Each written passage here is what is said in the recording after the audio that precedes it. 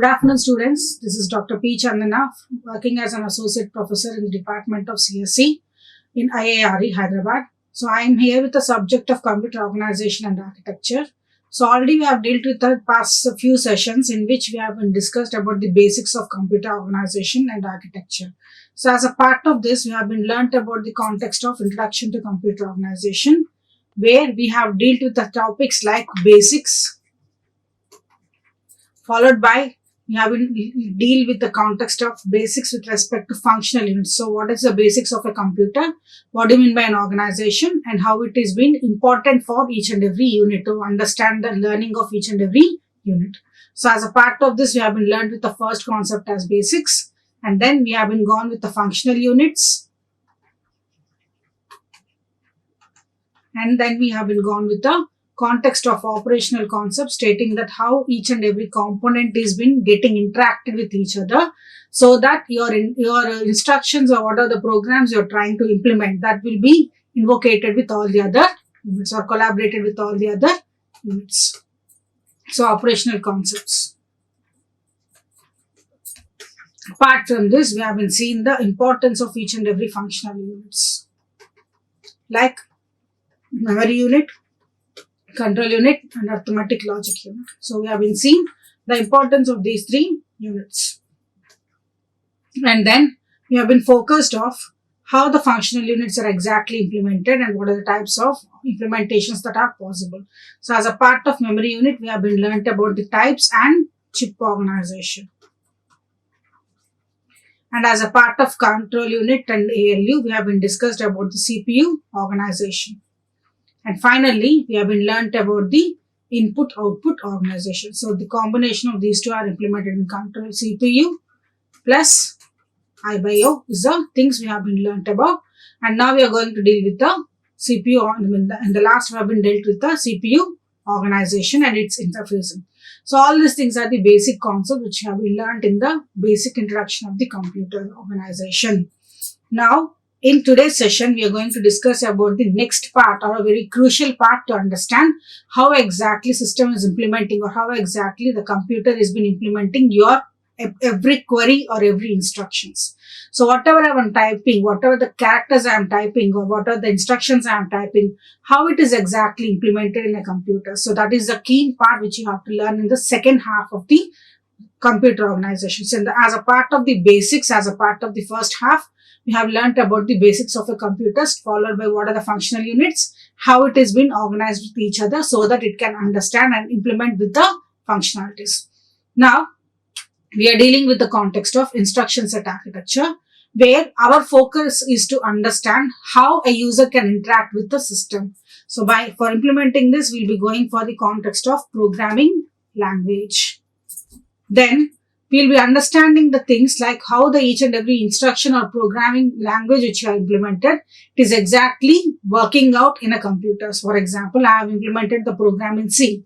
Now, how does the system can understand my C language notations? How it is exactly organized in the memory, or how it is exactly organized so that each and every functional unit can invoke its operations. So these are the basic things which you have to learn. So as a part of instruction set architecture, we'll deal with the important concepts like programming languages, followed by assembly languages, design of an instruction set architecture, followed by relatively simply ISA and microprocessor design. So microprocessor design is the last, and which is a overall concept which we'll be implementing for the complete CPU organization. First, we'll be discussing these four things, and later we'll move for the 8085 microprocessor. So let's start with the first one, computer programming language. So computer programming language, what do you mean by computer programming language? We are saying that a user can interact with the system by means of a software. Now, what do you mean by a software? So we have to understand some key terminologies over here. Then only we can move further into the session. So first thing is, in the first year itself, we'll be implementing the things. We'll be familiar with the things like, what do you mean by a program? What do you mean by a software? What do you mean by data? What do you mean by information? So these are the four basic things which you will be always familiar with the basic things. Like you will be starting with the first year, you will be learning all these things. So what do you mean by a program? It has been termed as a set of instructions. It has been termed as a set of instruction, or the definition of a program itself is said as set of instructions to perform what? To execute some task. So set of instructions to execute the task. Now what is a software? It is a set of programs. It is a set of programs to execute the tasks. Now what is the difference between these two? The first case, you will be implementing a single entity. In the second one, you will be implementing as a bulk entity. For example, the examples of these two is your C language program, and second one is WinWord software or a Microsoft Windows software. Or else your simply example is like the applications like PPT, Word, etc. All these things are the examples of a software. Now, what do you mean by data? Data is a collection of raw facts. Data is a collection of raw facts. Whereas information, it is a processing of those raw facts.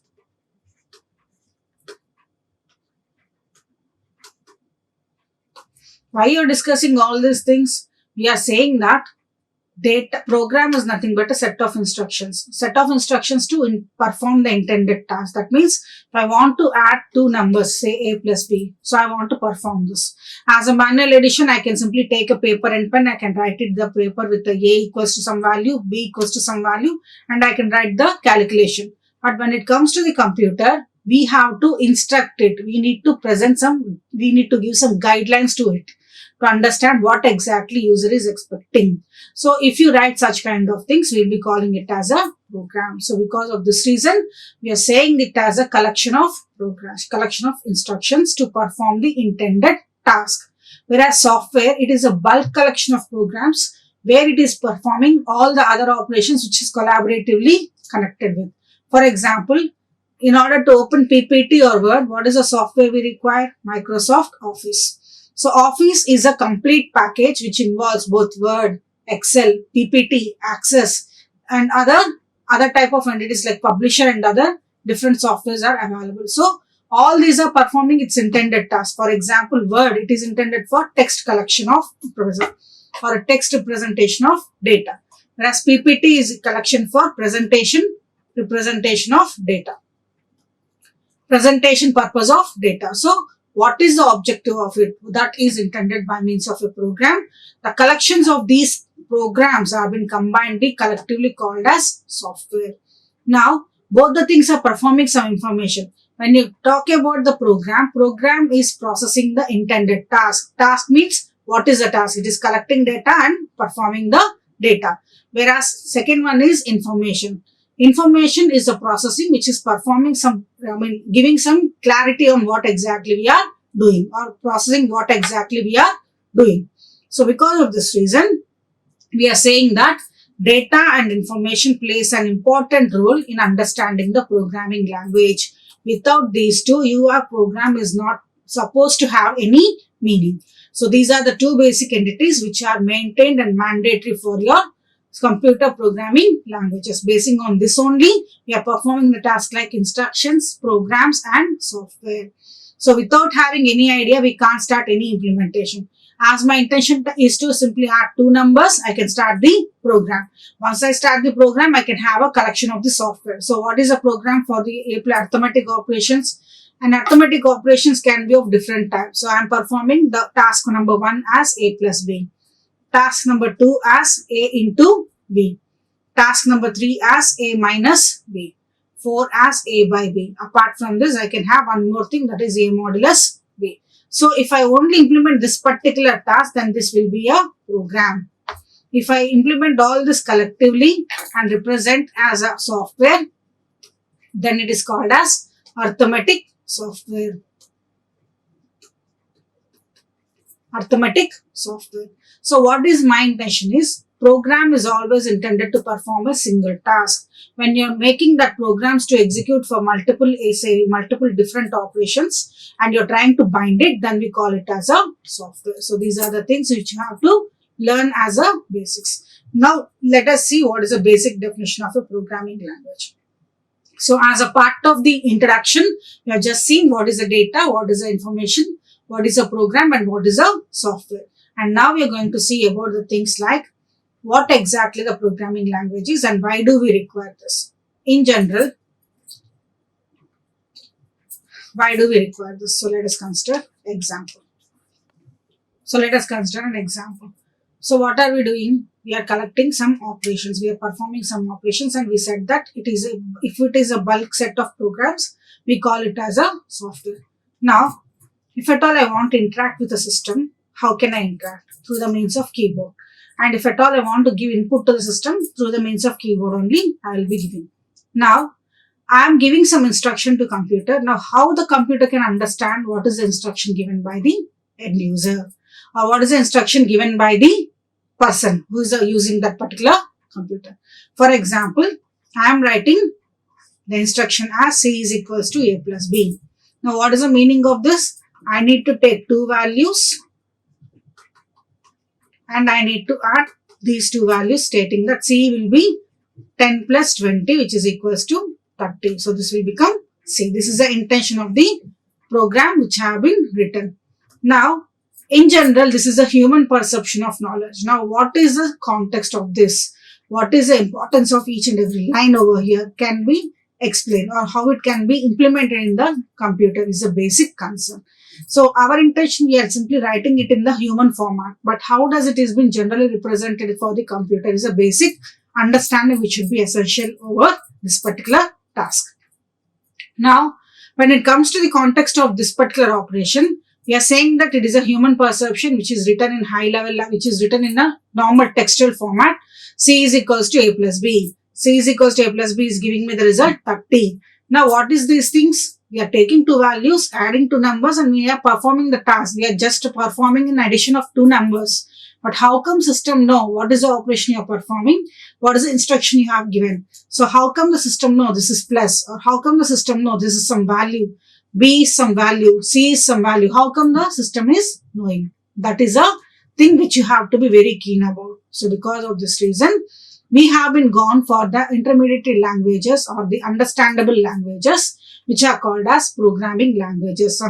It is something like a media which connects the user and the system, or which handles the end user programming and the system, or as programmer and the system. So, we can have this as a context. So, it is a communication medium between the ideology of the understanding of a programmer and the computer. Why are you talking this as a communication medium? Because our perception is purely a human-based language, whereas system perception is purely a bit representations, that is ones and zeros. So, how these two can be mapping with each other? For example, here I am writing C is equals to A plus B.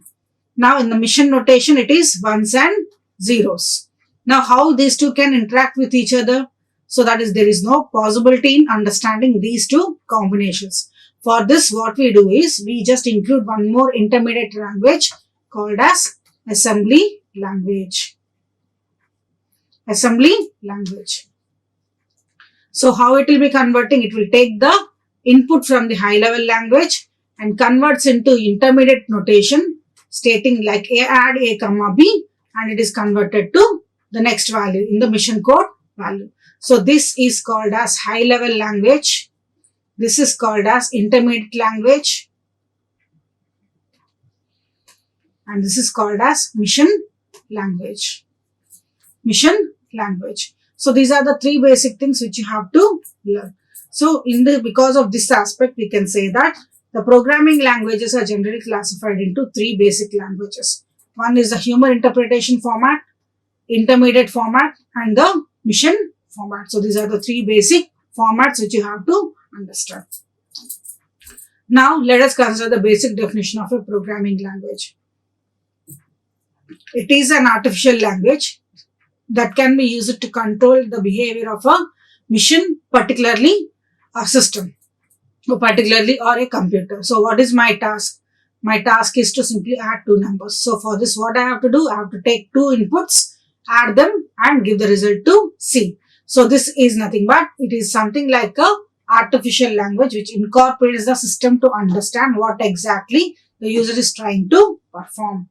Next one is, it is something like a human languages by having some by having some basic definition and meaning. So here we have written C is equals to A plus B. We have some definite meaning for this. So we call this as a semantics. We call this as a semantics. So we have a semantic rules and syntactic rules to perform the operation. So now the programming languages which you are having, it is used for handling the context of communication, followed by manipulating the information by using set of algorithms or expressive algorithms. And then we have been saying that some of the languages which are non-computational languages also, they are also intended to consider the same expression what exactly user is intended for, or use it to express the views of the end users. So in such cases, we'll be having some of the languages in non-computational category is represented as markup languages like BNF, HTML, and these cannot be considered as a programming language, but it is a standard notation to represent the data. It can be implemented for understanding the human perceptions. It can be implemented for designing the human views, but it cannot be called as a programming languages. And other form of for programming languages which we have is non-computational languages, embedded language. So we'll see this in the next one. Now we'll start with the bottom-up approach. So we'll start with the first one, mission level language. The mission level language is a basic concern. It is simply said as a lowest programming language or lowest level of programming language, where it is intended to convert what are the notations you're giving, what are the programming sequences you're giving into the form of zeros and ones. So in this case, you can have the hierarchy which can be explained. So this is a high level language. This is also the intermediate languages. These are intermediate notations, like what are the high level languages you have, it is combined with this, and this is the intermediate language, and this is the mission level language. Now what is the mission level language in the next level? The next level of the hierarchy is hardware, which is a computer, ones and zeros. With respect to this particular notations, mission level languages take care to convert them into appropriate notations. So these are the languages only understood by the computers. It is not understood by the programmers. If at all you try to design also, you cannot implement it perfectly. And you don't know if at all any bit mistake is happening, or if at all any bit has been changed. First, we need to identify where the bit has been changed, and the entire program has to remanipulate again. Because of this tough operation, it is not been programmed by any of the programmer. So here is the example of a mission language. So in this example, you can see that this is a binary number which is represented, and this is another format of representing the hardware. For example, I can represent 32 bits. 64 bits, or I can represent 64 MB, 64 terabytes. Like this, different formats can be represented. This is a normal notation, but internally in mission notations, these are expressed only in the form of ones and zeros or hexadecimal format. So these are the two basic formats which are followed for the binary instructions in the mission language. Next one is assembly language. So assembly language is a low level language which is intended to convert the high level notations to mission level notations. So what happens over here? We are saying this as low level because it refers to the non-existent amount of abstraction, because we don't have any clarity, but still we try to convert what are the instructions passed by the end user in the form of high level notations. And it implements a symbolic representation of the numeric mission codes. So it is something like a mnemonic codes. You can also call this as a mnemonics. Mnemonics can be represented as a mission codes. In order to understand the particular CPU architecture, this kind of mnemonics are mandatory. Now here is the example of the assembly language instructions, where you have to see whether the instruction what is the instruction is intended for. So here we are giving the example of move A1, 061H. So what is this 061H? It is a 97 decimal. So what are you doing? We are doing that we are just moving that particular value to some parameter or some value, that is AL. So we are just processing the register named AL, and this AL is being transferred with the 61H. So something like AL defines with the 061H. 061H. So the value of AL is been now, this register is been now filled with the 61H value. So here the move is nothing but the operation code which is intended to transfer the data contents. So we are calling this as a opcode or operation code or else mnemonics. If you are not familiar with this term, you can use opcode or operation code. This will be called as operand. This is called as opcode. So these are the two classifications which you have to make in assembly language notations. Now here is the example for addition of two numbers. So what are the things you can see over here? You are performing two things. You are adding two numbers, A and B. So I don't mind what is the value. For all I have presented the value, I am giving A is equals to 5, B is equals to 10. So what are the things you are seeing over here? These are nothing but the registers, and these are nothing but the opcodes, and these are the data. Okay, so now what are you doing? We are adding two numbers. So how we are adding? We are taking register number A1, register AL and BL, and we are trying to add two numbers. So AL is loaded with 5, BL is loaded with 10. Now BL is added with AL. So this is leading to the value of addition of two numbers. So what is the meaning of this move? We are moving the transferring content 5 into AL, transferring 10 into BL, and adding the A1 AL to BL. So these are the three instructions we are performing. So what are the operations you are performing? It will take the consideration of either binary code or a hexadecimal code. Because of this reason, you are seeing this as a two different values. So generally, we will be expressing this in the form of decimal representations. But internally, in the mission notations, it is in ones and zeros or hexadecimal representations. The binary value, you are having the value of 5 as 0101H. In the hexadecimal value, it is represented as 0AH and 1010BH. So this is the binary value for 10, binary value for 5. So these two are added and the value will be 0FH or the binary value 0111. So if you simply add two numbers, what happens over here? 0101, 1011, 10. So this will be the giving result of 1111. So same value will be expressed with the 4 zeros and the same value is given over here. Okay. So in this way, we are converting the entire things into binary format or hexadecimal format. And this is the example of the assembly notations. Now, so let us start with the example. So this is how the program is executed. Now let us start with the basic example, how the C program is executed. So here is the compilation process. So what did you understand by this compilation process? So let's start with a simple example once again. So let us say with a simple example of C so that you can clearly understand what exactly the intention is. Fine. Let us write a C program for say C equals to addition of two numbers. So we are writing the code as #include stdio.h main int a comma b comma c printf enter a comma b scanf %d ampersand a ampersand b. Followed by this, what is the code we are writing? C is equals to a plus b. Printf, the result is %d is equals to c. And we are closing the statement. So this is for addition of two numbers. Addition of two numbers. So what is the first instruction? stdio.h. What is the meaning of this? We are loading the necessary header files to execute your input and output operations for the C program. Next one is main. It initiates the control to execute where the program is getting started with.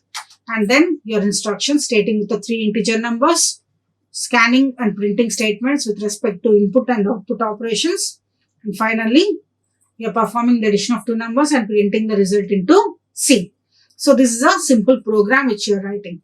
Now, if you execute this program, what happens?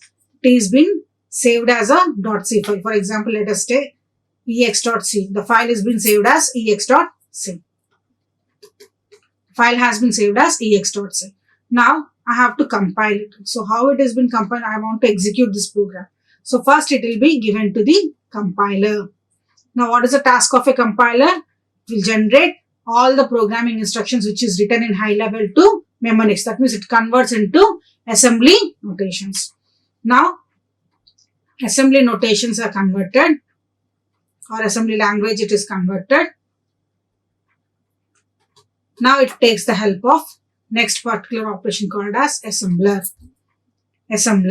Now it is been invoking different operations. That means stdio.h is not loaded with the program. It is somewhere in the memory. So it has to fetch. Once you execute the compiler execution, it will generate me .exe file. Now once .exe file is created, it is given to linker and loader. Linker and loader to execute the operations. So what is my task? First I have given the instructions. It is converted. Now it is getting all the grabbing. It is grabbing all the necessary elements to execute my program through the means of linker and loader. Then finally it is creating the exe file. Sorry, here it is creating the object file.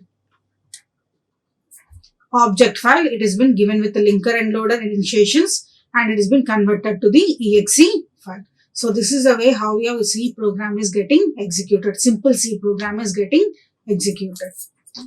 Now here is the example of it. So high level language it has been presented. Here we are taking the example of C, C++, Fortran, etc. Now we are having different compilers to handle the operations. For Windows PCM we are getting Pentium, and for G4 computer we are getting, Mac computer we are getting G4 Power, and for workstation of Unix we have Spark. So we have three different compilers.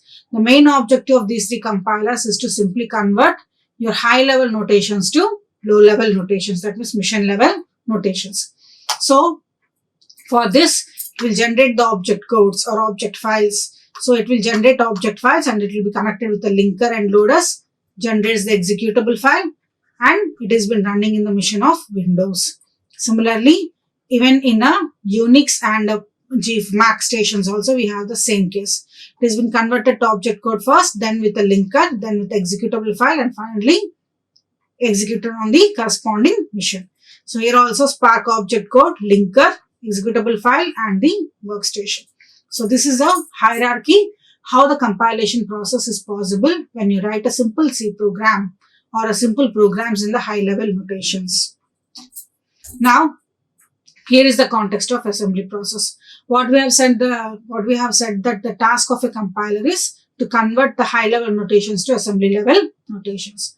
Now for which processor you are running, what is the task you are running. So two things you have to consider. So assembly language for processor X, assembler for processor X. So I have to understand the mnemonics, plus I have to understand for what processor I am working on. So am I working for Windows workstation, or am I working for Mac, or am I working for am I working for Unix workstation? So because of this reason, we have to collaborate with both the cases parallelly. So assembler with respect to the different missions, how it has to connect with the assemblers. But all it is connected, it will generate the object code, then linker, then executable file, and finally compute with the processor. So here the object files can be any number of files that can be generated. For example, I am writing functions. I am writing functions for a same C equals to A plus B operation. What happens? First main program will execute plus function program will be executed. So object 1, object 2, object file 1, object file 2. So these two also has to execute parallelly. So because of this reason, a single compiler can generate n number of object files. So because of that reason, in the RAM of linker, we are connecting this one as well as this one. So in this way, the assembly process is being converted with each other or collaborated with each other. Now, we are having the example of a next case, that is Java applets. So here, Java applets is one of the example where you can easily understand what exactly it is happening with the programming languages.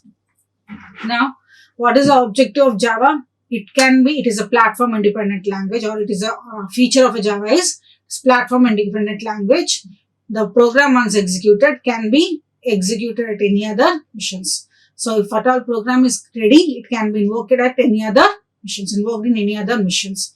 Because of this security, because of this particular feature only, Java has been said as a platform independent language. So as a context of this, we are understanding the Java applet source code. So we are writing the code of a Java and it has been given to the compiler. Now once the compiler has been presented with the Java compiler, now it will be generating with the object file named as bytecode. Now this bytecode, once it is ready, it can be invoked on any mission. Because of this reason, it is converted to Pentium, collaborated on Pentium, Power Mac as well as Unix workstation. So these are the three different workstations where you are working the same bytecode to operate on different platforms. And here, in order to execute this bytecode, we need to have a special interface called as Java Virtual Machine. Finally, if it is ready with the exe file or ready with the bytecode, we can have the collaboration of this with the execution of on Windows, on Power Mac, or on Unix workstation. So these are the three different things which you have to focus. So three different things which you have to consider. So this is about the programming languages. So let us revise what are the things you have been learned for today's session. So in this today's session, we have been learned about the basics like what do you mean by a program? What do you mean by a software? What do you mean by a programming language? How many types are there? Followed by this, we have to understand how the different operations of the program can invoke its operation, how different languages can implement its program. So as a part of this, we have been seeing what are the different assembly notations we have, or assembly language notations we have, followed by mission language notations. And then we have seen how the compilation process is exactly performed by using compilation process. Followed by this, we have been understood about things like how the program is exactly executed by means of an assembler or assembly language or assembly process. Assembly process. Next. So as a final process of application or final process of explanation, we have been gone for the example of a Java applets, which is a meaning of understanding how exactly your programming is executed. So in this way, you are running your program execution. So as a part of the second part, that is instruction set architecture, we are just focused on the first basic thing, which is known as programming language. Why you are focusing on programming language? Because you need to start with the interfacing structure with respect to end user and the computer.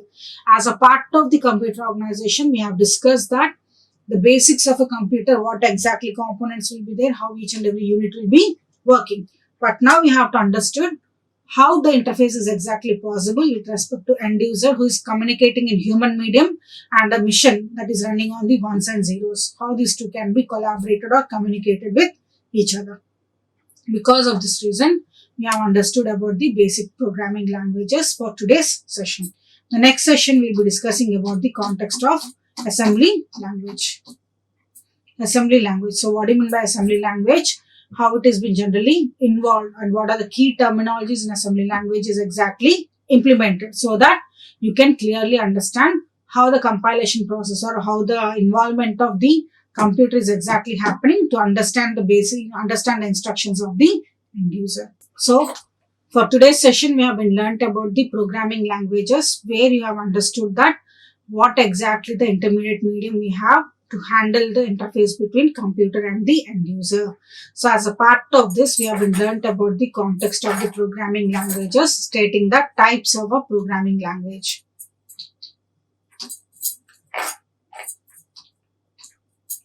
Stating the types of a programming language. Now, in the context of this, we have been understood about three basic things. What are they? Assembly language,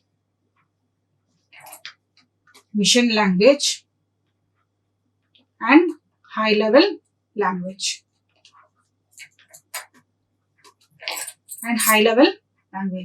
Basic idea here is to understand how the interface between user and the computer is possible. So as we are having two different personalities over here, how the things of the end user can be understood easily by the computer so that it is performing the task.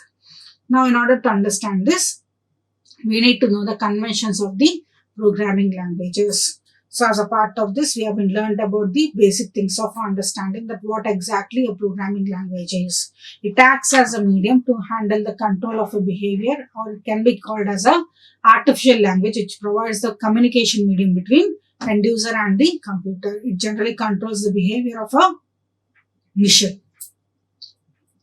And generally, there are some of the other programming languages also which can be explained as a non-programming languages. And the basic idea of a programming language is to handle the communication as well as the manipulating of information and organizing the information. Next one is non-computational programming languages, which can also be called as a key, which is also acting as a key task for handling the operations. But the intention over here is to simply present the operations which is with respect to end user. That means, if at all I want to display the content with respect to some aspects, for example, that PPT is there. I want to display the content towards the left side. I want to display the content in the right side, or I want to display in the center. So that kind of presentations are also possible, but they cannot be called as a programming languages. Some of the examples under this is HTML. Next, that interface between programming language and the mission language can be explained by this diagram.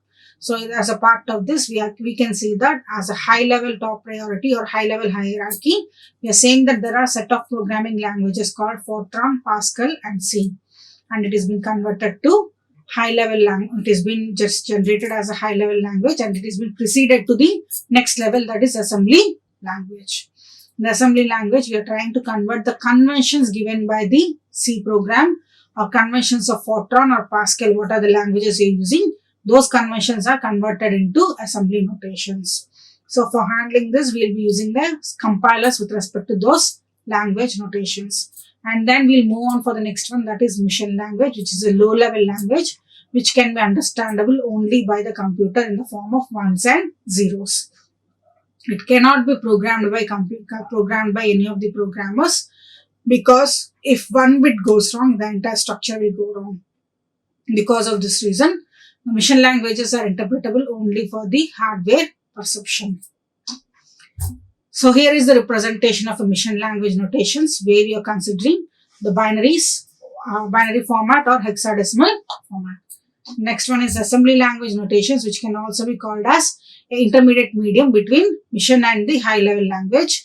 And this will always convert the instructions given by high level language into conventions of the mission level language. With respect to the language you're using, it is converted into mission notation by its instruction execution set. And we are calling this as a mnemonics. And here is the example of a instruction set. Here is the example of a assembly language instruction, where the addition of two numbers or what are the operations you are performing, it is converted to intermediate notation, and then it has been converted to mission level notation. Here I am loading the content AL value with a 061H, which means that decimal number 97. So this has been loaded into AL. So that means I am feeding the data into AL. So that feeding of data into AL has been possible by simply giving the notation like this, which is a human perception. But internally it has been called up with a mnemonic move AL, 061H. So here is the example of a two numbers addition, where you are giving two values to be moved into different registers like AL and BL, and you're adding those two registers and feeding the result into BL. Now we are considering one example, and by using that example, we'll explain the compilation process. So we have been considering the C program over here, where it is a simple C program to add two numbers. So when it is a simple C program to add two numbers, we have been executing this. We are saving the file as example.c or ex.c. It is given to compiler. Now compiler will take the task of converting each and every line into mission notation. That means it has been converting into intermediate notation. So because of this reason, we have an assembly language conversion. So here we are using the context of assembler. Now, the assembler will simply convert each and every line into mnemonics or opcodes, and it is given into the next level called as, it is converted into next level called as object file. Now, once the object file is ready, now it has to connect with different operations. What are the different operations? For example, in our case, we have main as a control logic and include as a inclusion of header files. So all the files which have been given, it has been separated and it can be parted in different ways. And it is stored in different places where it is available free, it simply loads over there.